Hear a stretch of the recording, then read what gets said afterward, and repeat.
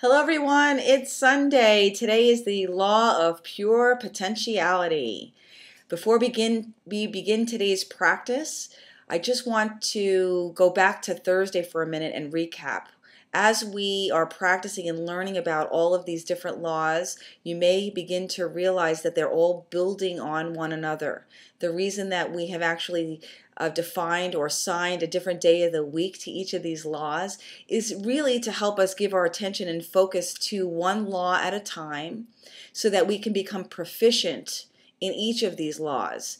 As we draw our attention to and practice each of these laws independently, we're going to begin to realize how they all ooze into each of our days of the week and our physical experience and our life experience, and they will come to us and we will learn how to begin to incorporate each of them into our daily practice, even though we may be focusing on a different law for the day.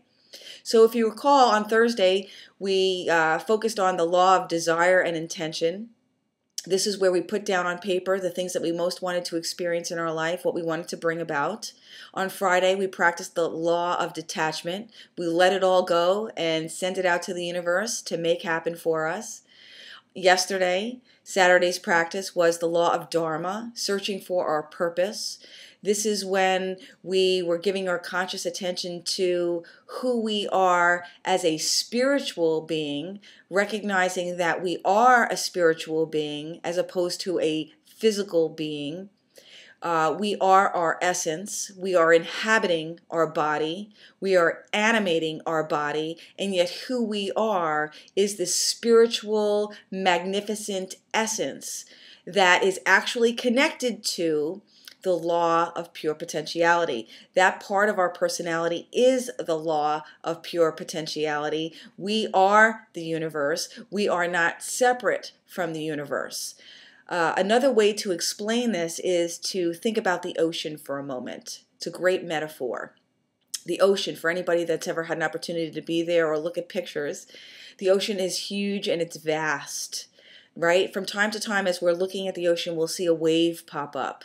The wave is not separate from the ocean. The wave is part of the ocean. The wave is an individual expression of the ocean. It's not separate.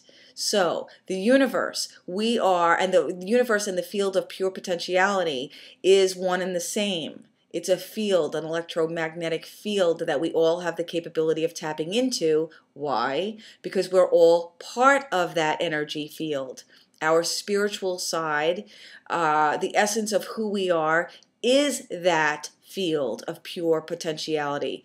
That's why it's really important that we begin to connect with who we are, so that we can figure that out for ourselves and be able to connect with the field more deliberately to bring about the things that we want to experience in our life.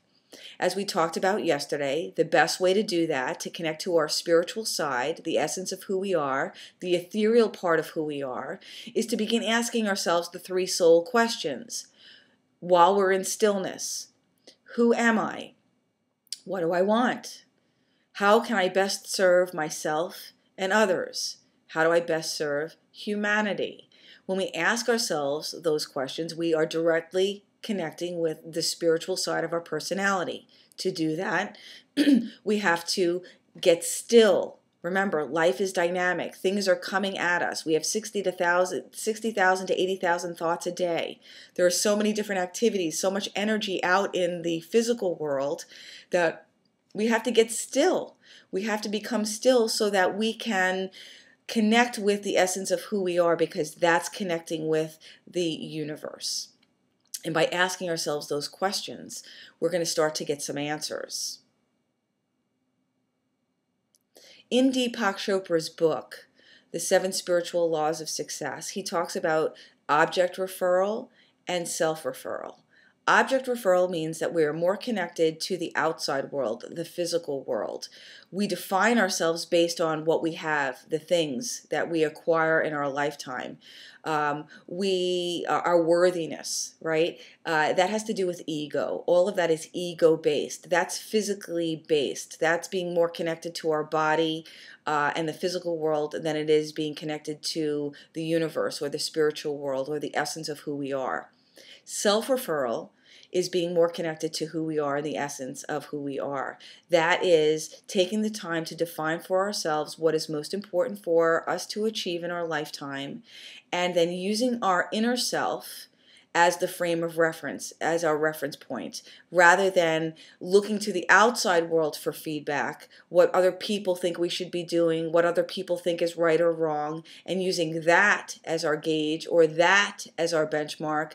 Instead, we're going within and paying attention to how we feel and what resonates and connects with us most strongly. That's self-referral. We mentioned this a little bit yesterday. When we know who we are and we define for ourselves what is most important for ourselves, we are stronger. We're more grounded. We're less affected by what's happening outside of us. We're more connected to who we are and what's happening on the inside of us. So that's the difference between self-referral and object referral. Another thing to be mindful of is to connect with the physical world. We have 5 senses, right?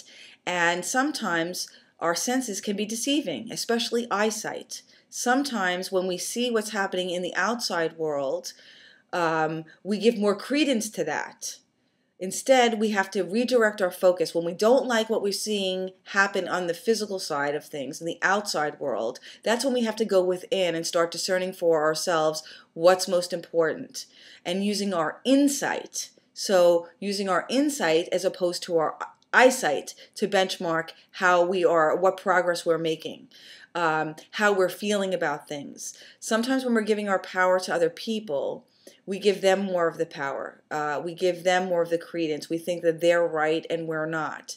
I'm here to share with you that nobody knows us better than we know ourselves. When we spend the time to develop that relationship with ourselves, it's not going to matter what other people think. We're going to use ourself as a compass. We're going to use our inner self to chart our course. We're going to use our inner self to set our trajectory, and we're going to use our inner self to benchmark the progress that we're making. There are a lot of people, I'm sure you've heard this before, as within, so without. There are people out there that say, well, I will believe it when I see it. That's backwards. We'll start to see things change in the outside world when we start believing on the inside that we're worthy of those changes. And every single person is worthy of those changes. We are worthy of all the magnificence that life has to offer, that is ours for the taking. The way that we access it is by connecting to the spiritual side of who we are and directly connecting to that electromagnetic field that we are all a part of. So that's where our practice is going to take us today. To get there, we have to practice stillness. So again, see if you can carve out, even if it's only 5 or 10 minutes, to just close your eyes, access that stillness inside of ourselves, ask ourselves those 3 soul questions. Who am I? What do I want? How do I best serve myself and humanity? And see what comes to us. Remember, in the stillness, we might not get the answers right then and there. It's in the rest of the day that those answers may be coming to us. The other thing that we want to be practicing today is non-judgment. If you remember on Wednesday when we talked about the law of least effort, we talked about accepting things just the way that they are. So how do we know if we're judging something? Well, sometimes it's followed by a If we find ourselves doing that during the day, we're passing judgment. That's pretty much an indicator, or probably an automatic mechanism, that's letting us know that, hey, I thought it was going to be something different than it actually is. That's passing a judgment. It's important to note here that there's a difference between an observation and a judgment. An observation is just noticing something. I don't have any attachment to it. I'm just making an observation. I'm just noticing. A judgment means I'm noticing something and I think it should be another way. In most cases, we think it should be our way. We think that we're right. That's passing a judgment. We want to refrain from doing that today. The other thing that's important to note is there's a difference between passing a judgment and exercising judgment. Exercising judgment means that we're reflecting on the past, our past experiences, what worked, what didn't work, and we're bringing into the present moment those past experiences and making an informed decision or choice in the present moment to improve the result in the future. So that is exercising judgment. Life is dynamic. It's not a one-size-fits-all. It's very important that we continue to exercise judgment. If it doesn't feel right, it isn't right. Just because somebody else says that it is right and this is what we should do, if our past experiences have demonstrating something different for us, then, and it feels right for us to do it another way, then that's exercising judgment. If something didn't work in the past and we want to modify it and try something else to see if we get a different result, that is exercising judgment. That's a good thing. So keep this in mind, the difference between observation, passing judgment, and exercising judgment. They're all important. Today's the day that we're going to refrain from passing judgment. So if you feel a coming on, that's a pretty good indicator that we need to look at it. Okay? Good luck today. I wish you all the success that that day can bring. And until tomorrow, when we practice Monday's law, make it an amazing day. Bye.